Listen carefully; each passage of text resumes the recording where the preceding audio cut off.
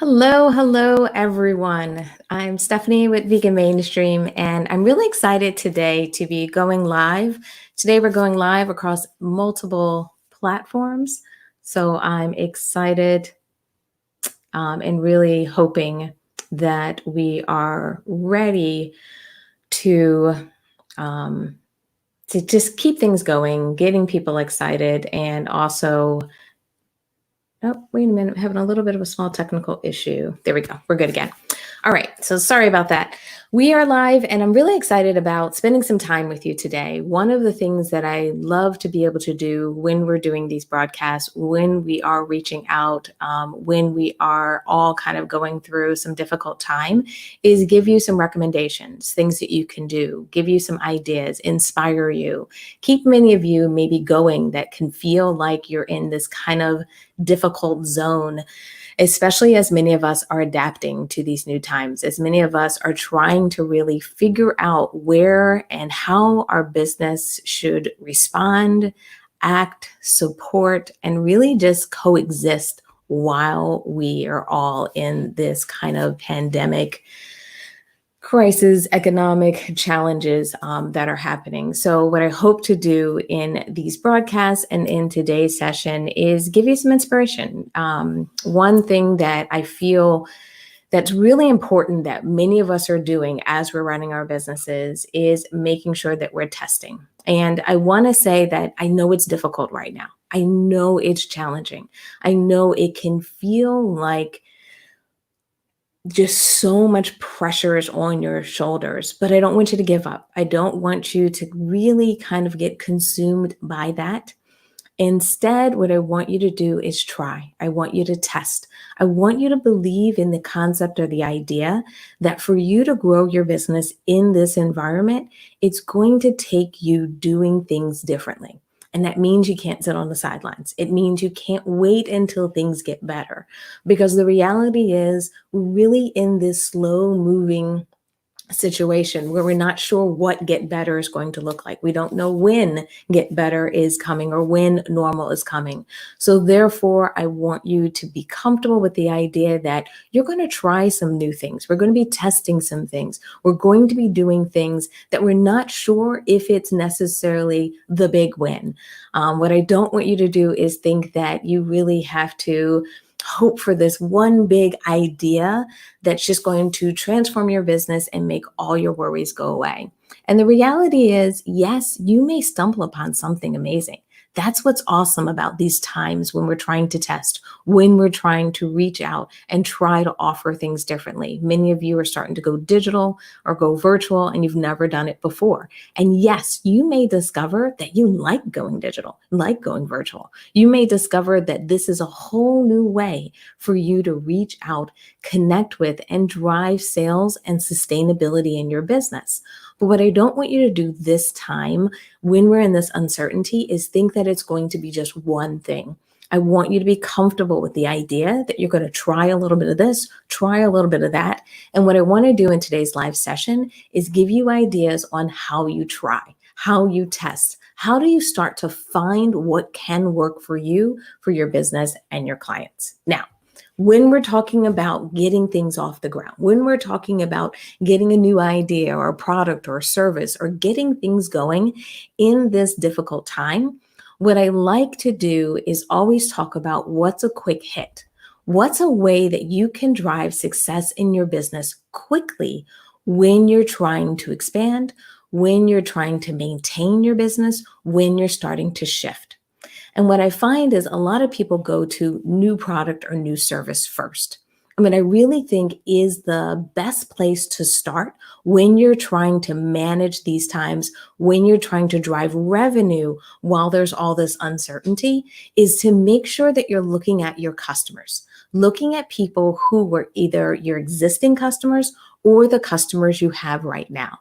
And often what it means is, especially if you're in a service-based business, is going back to them. If you coached them before, if you offered a workshop to them before, if you did an event, let's say, for example, you were doing events and now you're turning it into a virtual offering, see if your existing customers would sign up for it. See if the people who already have an existing relationship with you, love what you do, love what you've done before. And if you can get them to show up for a paid class, paid workshop, paid event, paid product, or service, or even if you're an e-commerce business, if someone has purchased from you in the past, and maybe it's been 3 months, 6 months, maybe it's even been a year, what I'd rather you do right now is test and try to reach out to those people that are existing customers. I think that is such a great place for you to start. Thanks so much, Jim, or James Jr., for sending out that message. Okay, so that's what I want to make sure. I find that when we're running our businesses, when we're working, we always kind of go big, and that's really, I think, a great place for us to start. Now, one thing I realized I didn't do is I didn't ask everyone to kind of tell me who's here, who has shown up. I love to make these things interactive. So Jim, I'm so glad you posted a quick comment for me because it reminded me. So if you are here, if you're watching me live, I know some of you are on Facebook watching us live, some of you are in Instagram, or in YouTube, or maybe you're in LinkedIn watching us live. If you can do me a favor and just say hello, jump into the comments and say, hi, Stephanie. Let me know that you're there. Let me know where you are joining from. And then also let me know what kind of business you have. The reason I want to know is when I give these examples, when I go through this process, it's always great when I can make them relevant. So please just jump down in the comments and let me know. And also it's nice to just say hi since we're all here doing a lot of this virtual learning and virtual chit chat to be able to talk. Okay, now back on to point number 1 about your previous customers. Now, for some of you, it may be a question of selling to them again. It may be offering the product that they had purchased before and see if they're interested in offering and buying it again. The other option we may want to look at is when you're looking at previous customers, see if there is a new offer or an upsell. And what I mean by a new offer, I don't mean something completely different. But if you've done something before, let's say you've done cooking classes before, maybe what you're looking at is going to kind of the advanced level. Maybe they took your beginner course, and what you may be able to do in this environment is reach out to all of your students who've taken your classes in the last 12 months and see if those students would be interested in an intermediate level class that builds on what they learned in their last class with you. So that way you can go deeper. That way you can give them information or things that you're building upon. And also you're reaching back to a customer base. You're reaching back to people who know, who love you, and really appreciate what maybe you've done for them before. The same thing goes across the board. Even if you're doing an online course, maybe you had an online course that's done well, was amazing. You could do an upsell course, but that may take a little bit of time to do. Instead, maybe host a live workshop. But when you host this live workshop, instead of it being kind of a 1-hour session or 2-hour session, go deeper. Maybe make it a 3-hour session. And what you can do is offer people to kind of go into this upsell where you can take them deeper into learning. You can offer a larger Q&A session. Many of us are using Zoom these days. And what you can do is you can do breakout sessions. And that's one of the things I love about doing live workshops, especially when you have the time. You can get to that 3-hour mark with people. Being able to do those breakout sessions, people can work through the materials. People can collaborate and communicate with others. People can get that feeling that many of us miss from being able to have in-person events. You can replicate that online with Zoom and replicate that online by offering a class and offering something that is going to allow people to be able to interact in your new environment, in your new product or service. But once again, remember, this is for existing customers. Now, for some of you who maybe have storefronts, your brick and mortar, the same thing applies. For many of you, you have a database of your customers. You have information about who your customers are, whether you have a reservation database that you've used before where people gave you their email address, whether you've really been big on social media. So some of you may have a strong social media following. Some of you maybe are really strong in doing direct messages and having conversations with customers, or maybe you have customers that have bought gift cards from you before. Maybe they've done pickup orders, any of those kind of tags that you may have in your system to identify someone as an existing customer. What you want to do is make sure you're reaching out to them, sending a message to them like they're an existing customer. So not a plain vanilla message, but a message that says, hey, you've been there for us before. You supported us over the years. What we're doing is reaching out to existing customers and asking them to support us again during this time. So what we have available is curbside pickup. What we have available is meal plans that you can pick up on Monday that we're preparing for everyone. What we have available is we're offering people cooking classes. So whatever is your flex product, and we talked about that in our last live session of creating that flex product or that product when we're all kind of going through these uncertain times. What I want to do is make sure you're sitting down and thinking about how you can actually offer to an existing customer to come in and support you again. Okay? Excuse me, a previous customer.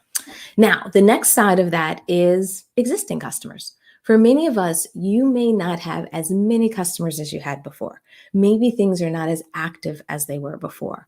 So what I tell a lot of people to do when we're going through this kind of test and try period in our businesses, what I want you to do is start to focus on a referral program. And what I mean by that is something very simple, something very minimal. I don't want you to feel like, oh, Stephanie, you're asking me to build a ton of software and a whole new process around trying to run my business.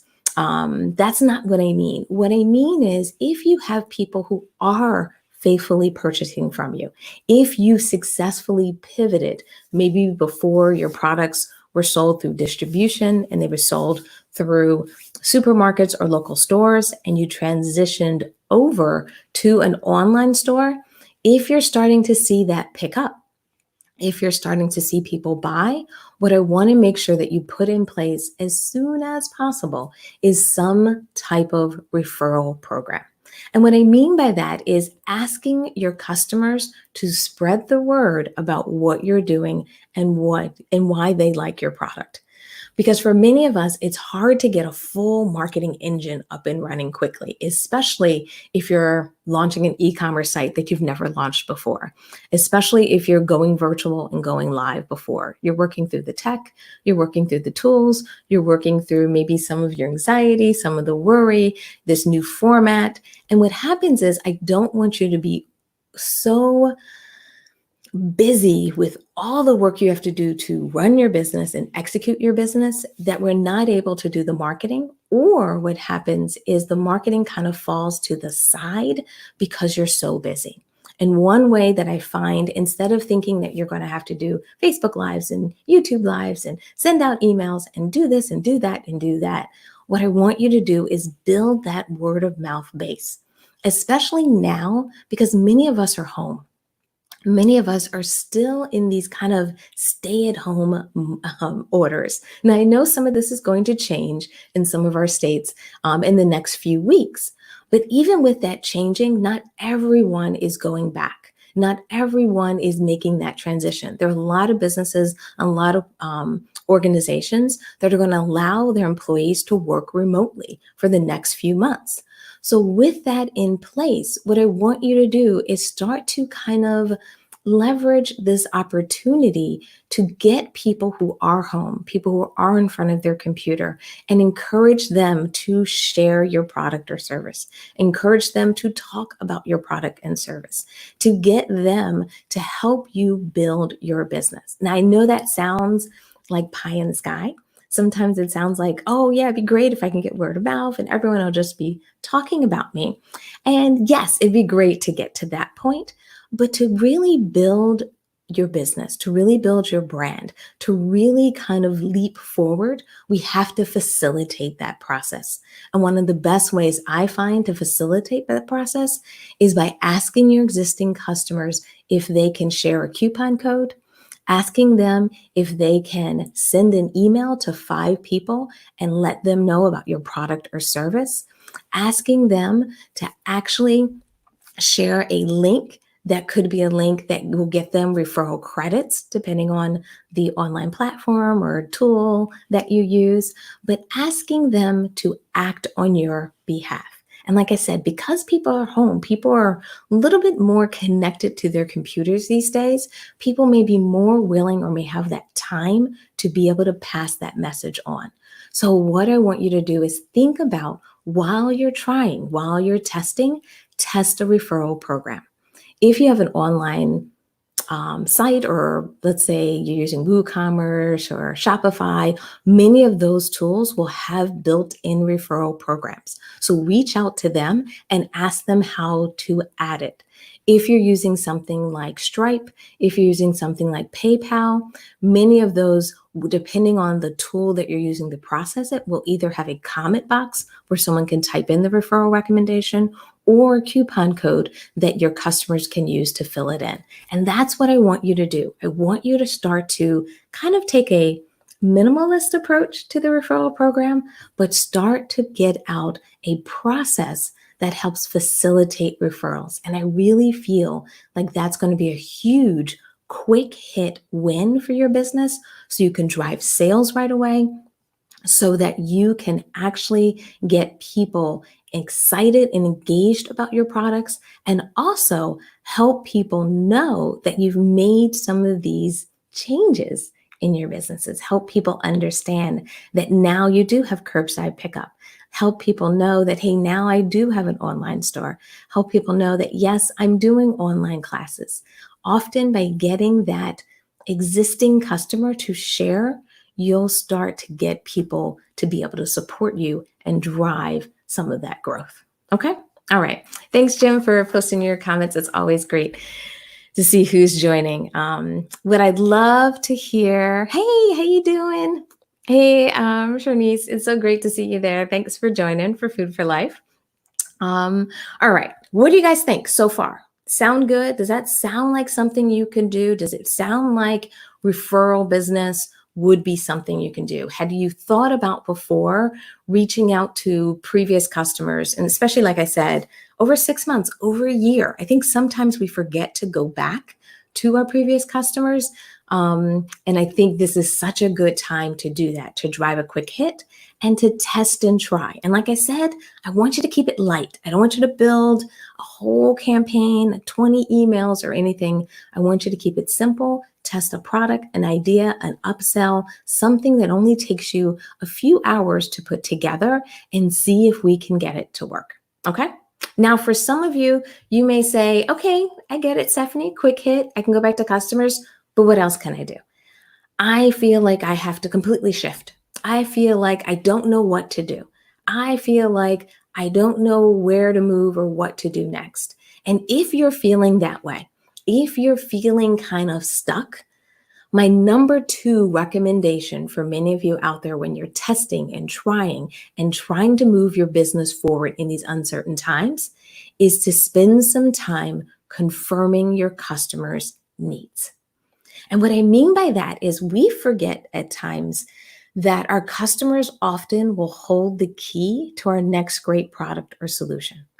Our customers will really have some insight into what you can do to really grow, especially as you're transitioning.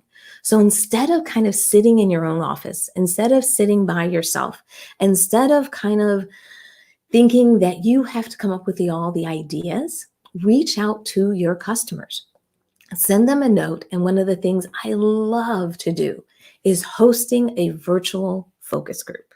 And what I mean by that is, instead of trying to come up with an idea and just launch, think about your ideas, create your ideas, write them down on a sheet of paper. And instead of launching them out to the world, what I like to do is I like to get my customers together in a small group, maybe about 20 people or so, and have them join something like a Zoom call and let them know, hey, I'm really thinking about making some changes in my business. I'm thinking about launching some new ideas, some services, and I'd love to get your feedback on what I'm planning. I'd love to get your ideas on how I can better serve you. I'd love to hear what kind of support you're looking for during these uncertain times. And if you can get those people to come together, and don't worry if you can't get 20, if you get 10, that's still great. You just have to start somewhere. But getting them on a call together and then proposing to them the ideas that you have, letting them know about, hey, I'm thinking about doing this type of service, or I want to do curbside pickup, but I can't do it all day long just because we don't have enough demand. So if I'm doing curbside pickup in my restaurant, I'm trying to figure out the best hours to do it. And what your customers can tell you is that, the best hours for me, if I was doing curbside, would be first thing in the morning because I can grab it. Or some people may say the best time for me is dinner. I'm doing good with breakfast and lunch, but dinner, I want to sit down, have a more substantial meal. I want to give my kids, my family, the feeling of kind of that enjoyable eating out, different flavors, and so forth. So for dinner is more important for me if you're going to be picking times, then between that 4 o'clock and 7 o'clock time may be great for a pickup service. That's what you're doing. What you're trying to do is get that definition, that clarity. And also what you're trying to do is make sure you don't spread yourself too thin. When we're offering our products and services, when we're trying to flex, when you're trying to manage these uncertain times, what tends to happen is sometimes we think we have to offer our customers everything, every option, every service, because we don't know what will work. And what I'm recommending to you is instead of trying to do it all, know it all, figure it all out, allow your customers to help you. Now, depending on who you have in that focus group, there can be some skewing and things like that. So it's not that it is a 100% surefire way to understand all of your customer needs, but it can help you get more definition and more understanding, as well as it can help you propose issues or concerns that people may have. If you're thinking about doing workshops, doing online classes, you may find that most of your customers struggle because they don't have as much internet access. They don't have high-speed internet access, or they're doing a lot of homeschooling. So what they'd rather do is if they're going to take a class, they'd rather do it on the weekends than on the weekdays, or they'd rather do it in the afternoon versus the morning. So what you can do with these focus groups is help you. If you're doing a cooking class, whether you're doing a Food for Life cooking class or your own cooking classes, to help you figure out the right time to do your classes. Should they be on the weekends or the weekdays? Do you want it on a Sunday night so you can prep for the week? All of those things that are variables, you can get better definition if you're willing to host and offer a virtual focus group. Hey, goodness in motion. Greetings. Nice to see you from the Netherlands. Oh, perfect. No worries, Jim. It was good having you. I know you have to run, but definitely this will be recorded, so you will be able to access it later on. So good to see you, and thanks for joining. All right. Let's keep rocking and rolling. What do you guys think? How many people, if you're watching this, how many people think they might try a virtual focus group? How many people are wondering about the idea? Let me know in the comments. And if you have any questions about how to do it, I can walk you through that. It's a fairly simple process, especially since many of us are up to speed on using things like Zoom. As an example, it's a great way that you just need any type of virtual software that will allow you to have a group of people together, and that's how you can do your focus group. All right, now, still in the process of confirming your customer need, the other thing I want you to do is I want you to start to think about pre-selling your offers.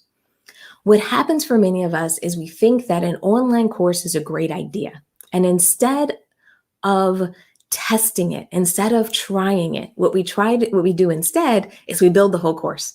We build all the materials. We set everything up. We take a week, or we spend a whole weekend working, our tush off trying to get it done. And while it's good to be nimble, while it's good to be able to get a product and service out quickly, remember, we're in uncertain times. So what I want you to do differently is what I really want you to do is start to pre-sell, which is a form of testing. And what I mean by pre-selling, what this means is instead of launching that online course, what you do is you create a sales page for the online course. You explain what the course is about. You explain when the course is going to start. So we're in April now. Maybe the course is going to start the second week of May. Maybe the course is going to start the first day of May. Maybe the course is going to start in June. You can pre-sell something that it may be a month from now that you're going to launch it. But what you can do is tell people about what you plan to launch. What are the benefits of it? How it's going to help them, how they can use it, give them the price point, and ask them to purchase in advance. Now, what a lot of people will do will even say, we'll move forward with this class if we get 20 people to sign up. We'll move forward with this program if we get X amount of people to sign up. Often that number of people, I normally do that after I've been pre-selling for a few weeks and I'm close to my number. So if 20 is my number, or 50 is my number, if I've gotten that, maybe half of my baseline number already signed up, then I'll start doing promotional materials to let people know that we'll move forward if we get to this kind of minimum threshold number. But what's great about pre-selling is you can find out if anyone's interested. If you have 3 course ideas, instead of building all 3 courses, build 3 sales pages and pre-sell them. The one that does the best is the one you'll move forward. Everyone else, you'll refund their money and see if they'd be willing to move to the course that actually was the winning course. I really think this is a great way to move forward. This is something we've tested, we've done in Vegan Mainstream, we've done with our clients, and it's been a really kind of successful tool when you're trying to flex, when you're trying to pivot, and when you're trying to figure out what works. Now, once again, for some of you, maybe you've heard me talk a little about pre-selling before. Some of you, this may be new.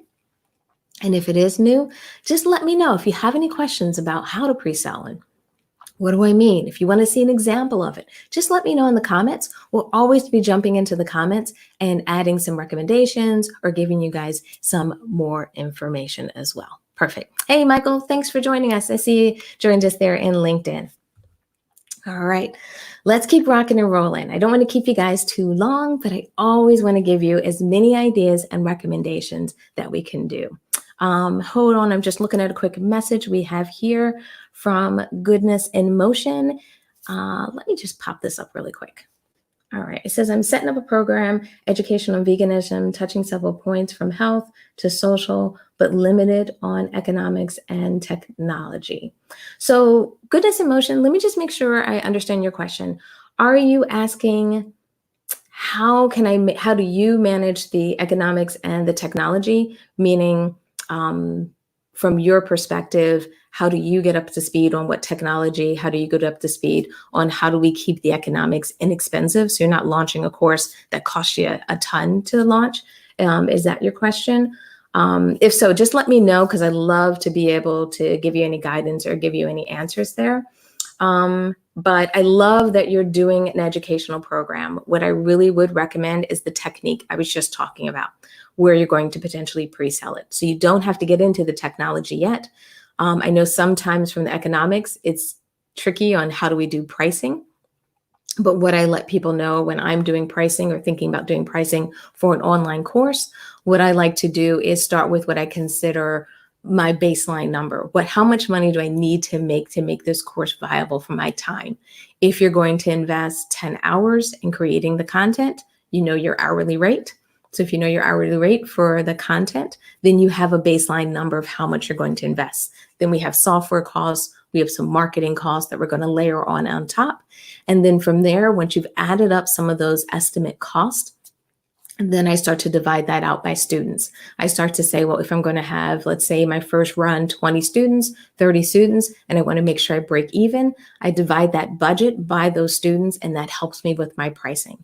As a general rule, you're going to price your courses between maybe $100 and about $250, $300. I find if you're first starting out with a course, eventually, I see most people will move up to bigger courses and also maybe charge more. But if you're looking for that sweet spot, that's normally what we see for the sweet spot. So I hope that was helpful. And I hope it didn't put you on the spot too much. Goodness in Motion. But let me know if you have a follow-up question. I will jump in and address that. Okay. Now, the other thing I want to talk about while we're talking about testing and trying, many of us are struggling when it comes to testing and trying because What we're feeling is there's so many people out there offering free stuff. They're offering free this, free courses, free live sessions. And the challenge may be is like, well, how do I balance this free versus paid? How do I can't run a business on free stuff. And I completely understand. I am not an advocate that everything that you're doing right now has to be free. In my mind, you really should have a balance between free options and paid. Now, let's talk about the purpose and why free matters and why people are offering free. Now, some people are offering free because they're just not sure. They're not sure what to do, so they figure if they give it away, they'll build loyalty. And yes, if you give it away, people will be excited and like your content. But from a business strategy, just giving away everything and giving away all that you do, I don't think that creates sustainability. Instead, I'd rather you be more strategic. I'd rather you sit down and say, okay, I want to educate people. I want to help people. I want to support people. I want to support my community. I want to support people that maybe can't afford my services. I love that. That's so important. It is important that we help our community, that we support people, and that we're there for people, even when they can't afford our services. In my opinion, that's a very important thing to do. So, to balance that, what I want you to do is make sure that anything that's free, everything, any free service, it always needs a complimentary paid offering that goes with it. So, if you're going to offer a free course, a free program, a free workshop, or you're doing free live sessions or free videos on YouTube, what I want you to do before you launch those free services, or if you've already launched it, then you have some homework this week and this weekend, is to sit down and say, what's the complement paid offering? So if you're doing a cooking class or doing a cooking segment that is free, the question is, if you're teaching them about beans and why beans is a great product to stock up on now, it's a great product because it's shelf stable, it's inexpensive, you get more value kind of for the buck. And you're going to teach them about what beans to stock up on, what beans to keep, how to store them, where to buy them from. That may be your free offering. And then your paid complement is a course that teaches people how to create variations and variety when they're cooking with beans. So now what they're doing is the free is supporting the paid. And if you do a YouTube video, in the description, when you say what the video is about in the free part, you're going to include a link that says, if you need more support, if you need more training, if you're looking for a workshop, if you're looking for a class, I offer classes as well. Here's the link. And then that link is the breadcrumb that takes someone from the YouTube video over to your classes. That is the bridge, and that's how we get the complement going. So the same thing goes if you're doing a free class. If you're going to do a free class on Zoom, which I love doing those, at the end or towards the end of the class, you want to make sure people know that you have a paid complement, meaning after they've done this first free 1 hour class with you, what you offer is a cooking class series, which is a paid series that walks you through this process. What's great about the series is we meet once a week, twice a week, 3 days straight, however you set up that series. I know if you're doing Food for Life, there's a specific process there, and we can talk about that as well. But setting up that complement is such a great way for you to get free to work for you. So I don't want you to ever just offer everything for free, just give it away. What I want you to do is make sure you have an upgrade path, because what you don't want to happen is someone is loving your videos, loving someone else's videos, and then they're purchasing from other people because they've made it clear how they can get more and how they can purchase more. Perfect. Sorry about that. Goodness in motion. Thanks for the clarity. I'm just going to pop your question up here. She was just saying that the content is going to talk about kind of veganism, health, social impact, economics, technology. Love it. Oh, I can't wait. Let me know when you decide to launch it, or if you decide to pre-sell it. Send me a link, because I'd love to be able to see it. I'd love to share it also as well.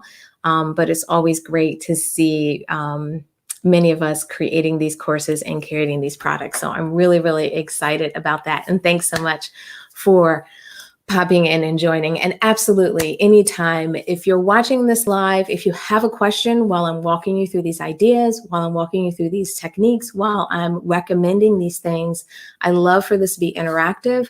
I know many of you are in all different platforms right now watching this, or if you watch the replay of this, we will be looking at the comments. So feel free to jump in here and actually put a comment in, and then I'll follow up and make sure I answer it for you. All right. So jumping back into how do we manage free? How do we test our way? Excuse me, clear my throat. How do we test our way through this kind of free or these new products or services? And the other thing I want to mention is you don't have to just do free. What you can do is you can have a limited time offer. Now, this could be a limited time free offer, or this can be a service that you're thinking of putting out there and you're not charging for the service now. What you're going to do instead is you're going to offer this for a limited time to see if it picks up, to see if it works, to see if there's truly interest. This definitely works for online courses. You may offer it free for 2 weeks so people can use it, take a look at it, understand what your program's like. And then at the end of that 2 weeks, they get an option to buy the course and keep the course content. As an example, if you're doing something as far as, let's say you have an online store, let's say you have an e-commerce site, maybe you're offering some type of shipping option. Maybe you're going to be offering people a product that they can try. So if they're purchasing a product, you're going to throw in one free item that they can try and test and see if they like. And if they decide to buy that free item that you throw in, they can get a discount on their next order. They can get a discount on their next product or service. We've talked about things like subscription models when we've talked about pivoting before. If you're going to do something where you're offering a subscription model, what you may do is offer it for a limited time, meaning instead of just opening it up and having it an indefinite product solution, you may say, I'm going to do a 6-month subscription that's going to get us between now and through the summer and through all those months. I'm going to be your kind of vegan support system for you as you're transitioning, as you're working. And this limited time kind of subscription product is going to be a way that we're going to support people virtually, support people during the coronavirus, the pandemic, and so forth. And this may not be your full-time product, because the idea is that you're going to go back to your brick and mortar store. You're going to go back to many of those other services that you had before, but having this as a limited time, either free option or a limited time paid subscription or some type of limited solution that you're putting in place. I think it's a great way to test yourself and test new things. Even if you're someone that's jumping on Uber Eats or Grubhub or all of those sites for the first time, you may say, okay, we're going to test this for X amount of months and see if it's viable, see if it works for our business, and see if this is something that we want to continue doing. This is a great time to test features, to test things like a subscription model. Maybe you have a product that you sell online in an e-commerce store, and you want to see if you want to sell, let's say you have makeup, say you're selling skincare products, maybe you're selling t-shirts. You may want to come up with your t-shirt of the month club, and you're going to do it as a limited time offering to see if people are interested. So you're not getting commitment for the next 10 years for this product. You may say, you want to see if we can do a subscription model. We're going to test it for the next 6 months, allow people to sign up, get the boxes, try them, see if they like them. And if they do, then what we'll do is continue or move forward with it. And that's what I want you to do right now. I don't want you to feel like everything has to be perfect. I don't want you to feel like in your business, everything has to be laid out, has to be completely designed. This is a time to test. This is a time to try. This is a time for you to see what could work in your business. And I also want you to manage your expectation. We are trying new things. We're seeing what's going to work. So if you have that perfectionist mindset, then I need you to maybe curtail that right now, because what we're trying to do is make sure you're out there servicing your customers, being there for them, you're communicating, you're working on getting your business sustainable. And what we don't want is the pressure of you thinking that it has to be perfect, that it has to be the best thing you've ever come up with, and that it has to be a certain way or they will not buy. That kind of thinking is not going to help us move forward. And that kind of thinking can hurt. So I want to make sure you're constantly believing in yourself. I want you to believe in your business. And I want you to go out there, test, try, and build a sustainable business. Make sure that even though we're in these uncertain times, that you can build a sustainable revenue stream. You can do that. You just may have to test your way there and try. And this technique and strategy I find can be really great. All right. That's what I had today. Any questions so far? Anything that I covered that it didn't make sense, or you're like, what about this? Or how does it work for my business? I love to make sure that I'm always answering people's questions. I always love to make sure that when you walk away from this, you feel like, and you know how to, kind of take these ideas into executing in your business. So if you do have any questions, please, please, please post them now. I'm going to be jumping between the systems just to make sure where I'm not missing anything. And while I'm waiting for the questions, I just want to do one kind of wrap up, or one kind of big recommendation as you're moving forward. We are doing these live sessions so that we can keep you kind of in the game. I want to make sure that while things can feel a little overwhelming at times, while things can feel like it's just so much going on, that you're keeping your mind focused on your business. You're keeping your mind focused on the idea that there is success. There are ways for you to move forward, and there are ways for you to really pivot and make changes in your business so that you can weather this storm. Now, today's session was all about testing and trying. It's about how a testing and trying strategy can help you build your business, and how you should be thinking about testing and trying your way to find your success. There are other strategies that we're going to be talking about in other live sessions, but what I want to make sure that you take away from today is that all the ideas I gave you, you don't have to do them all.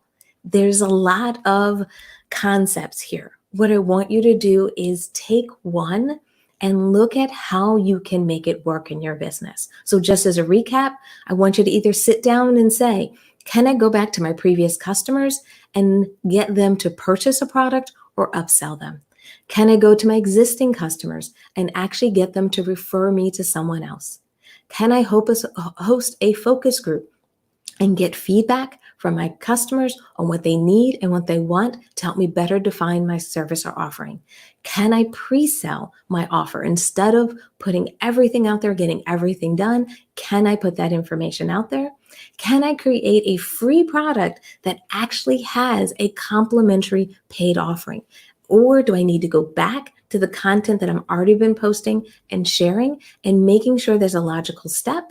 Or can I do something with trying kind of limited time services or offerings to see if that can grow my business?